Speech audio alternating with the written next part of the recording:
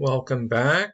We have successfully installed Linux Fedora and we've logged in, we've used a terminal, and now let's go to our course website, and from the course website click on Learning Path,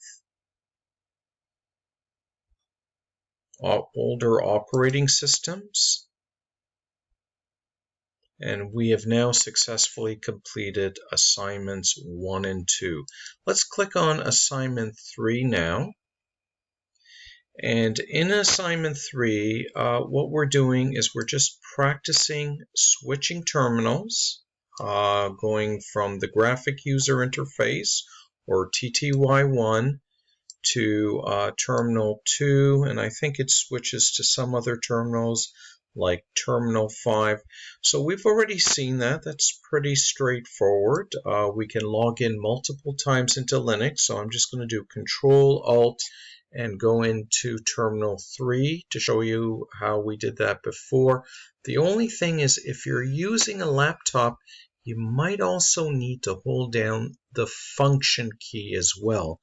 And the function key is right beside Control. So if Control-Alt F3, F4 didn't work for you, then hold down the function key as well, and which is right beside Control, and then press F3. And you should see something like this. If you look directly below my mouse, you'll see TTY3. I'll type ROOT for the super user, press Enter, put in the secret password, and you can see I'm logged on as the super user, or I will type SU and return my account back to the user 1, and you can see I am now in user 1. Now, most of the labs will require you to do your work from a terminal window like this, a plain text terminal window. I personally prefer working from the graphic user interface. So I'm going to press Control-Alt F1, and I'm going to type my commands here. It really doesn't make any difference what it looks like. The commands you type will do exactly the same thing. So in assignment 3, if you manage to log in and switch between terminals, that pretty much covers the objective for assignment 3. In assignment 4, let me click on assignment 4. Here, what we're going to be doing is we're going to be getting help. And there's a number of ways of getting help in Linux. There is a command called info, and there's a command called help, but by far, the one we're going to be using most often is the manual or the man pages. Now let me show you how that works. Let me go ahead and take any command we use often, like date, shows us the date, or who is logged on. You can see that I'm logged on to terminal 1 as user 1, and I'm logged on to terminal 3 as the super user, or root. Let me show you another command, ls. Okay, it shows me the files and directory, so don't worry too much about the output.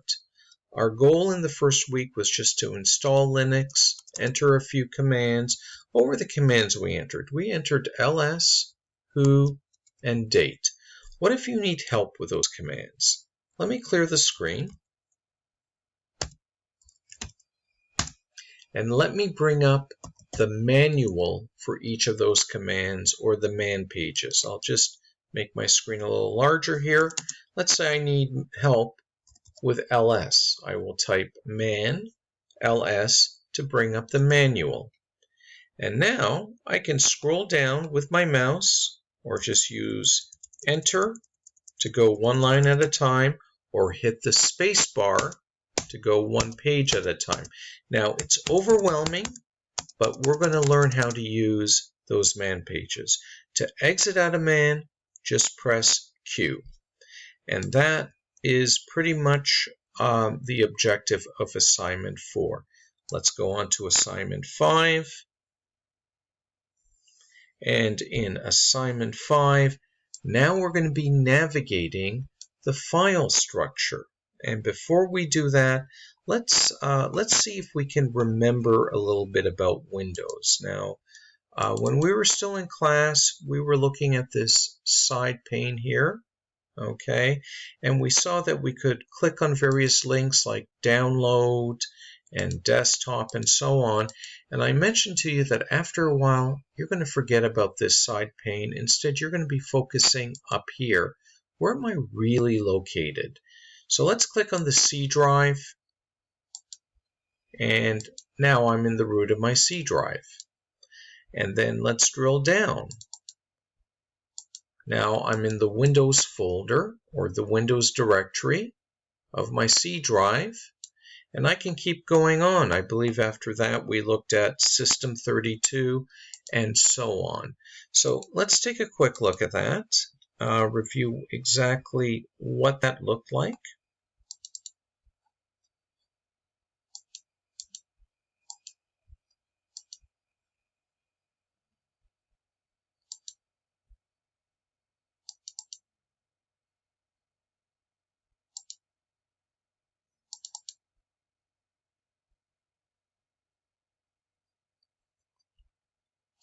So we saw that in the Windows world, files and directories are located under the backslash, and we called that root. Now, don't confuse that with the user that we logged on. That's also called root. And to avoid that confusion, I'm only going to refer to that backslash as the root.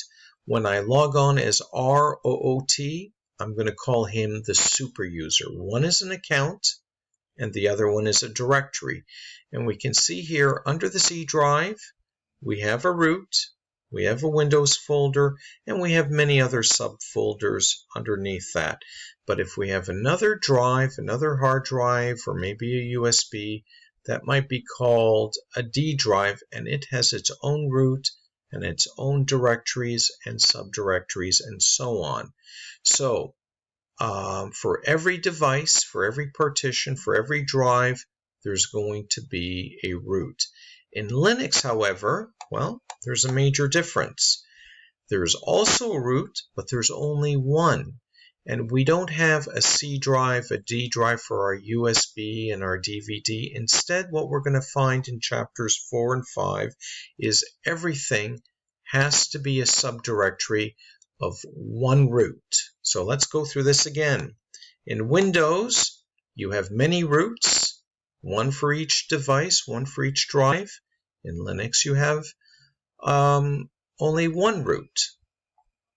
Another major difference, if you look carefully here, you'll see in the Windows world, the root is a backslash. In Linux, however, it's a /. So you might want to take a close look at your keyboard and notice the difference between a backslash and a /. Now, we need to be able to go up and down this system, starting at root and drilling down and then going back up again. But before we do that at the command line, I think it's a good idea to first do it from the graphic user interface. We're not going to be using the graphic user interface a lot, but I think this is one place where it will be very useful. Let me double click on computer. My file system starts here. And right now I'm in root. Looking down from root, I see bin, boot, dev. There's no Windows folder here. We have different folders because this is a different type of operating system.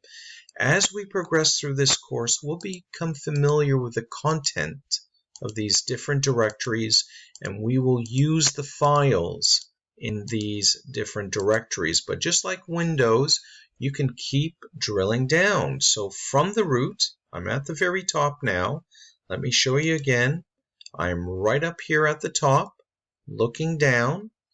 And what do I see? I see bin, home, dev etc. Let's drill down a little bit. Let's go into the home directory. Now, user1 is a subdirectory of home, and it should seem familiar to you because you have a user account for user1. If I double click on that, I see user1's desktop, documents, downloads, and so on. We want to be able to do a similar sort of thing from the command line. So it's really easy, clicking on a folder and going to a subfolder, clicking the up button and going all the way up to the root. I'm in the root right now, okay? But it might be a little bit tricky doing it from a command line. So let's try this at a command line, okay? When you first open up a command window, you probably are not sure where you are. Let me press clear here. The first command you really want to type is pwd. Print working directory. Where am I? I'm right here. I'm in a directory user1 in a subdirect, which is a subdirectory of home, which is a subdirectory of the /. If I want to go up one directory, I do cd ... And if I want to go up two directories, I do cd ... again. And this time, when I press pwd and press enter, I see that I am now in a new location. I am now in my root directory. So that is what we're doing in assignment 5. In assignment 6, okay, we are using a feature called tab completion. Let me go to my home directory. Let's press clear. All I have to do is the cd command, change directory with nothing after it. If I type pwd, I see I'm back in my home directory again. Now, what is tab complete? Let's look at the files we currently have in our location. We have a desktop, a download, a pictures. Now look what I do here. I'm not going to type the full command. I'm going to type cd pi. Now everything in Linux is case sensitive, so I have to get the case correct. Big P or capital P and a small I. And let's say I want to save some keystrokes. I'm tired of typing. I just hit the tab key. Watch what happens when I hit tab. It completes the rest of the command. So I can then change into the pictures directory, okay, and do a similar thing. Currently there are no pictures. If I want to go up to my home directory, cd ... means one directory up. And I think that will help you get through assignment 6. So when we start up again, we will be starting with similar commands, the same commands, but we'll be looking at them in more detail, and we'll start to understand exactly what these commands are doing. But if you managed to install Linux last week, log in, enter a few commands, and look at the screen like what we're doing, that's pretty much that was pretty much our goal for the first weekend.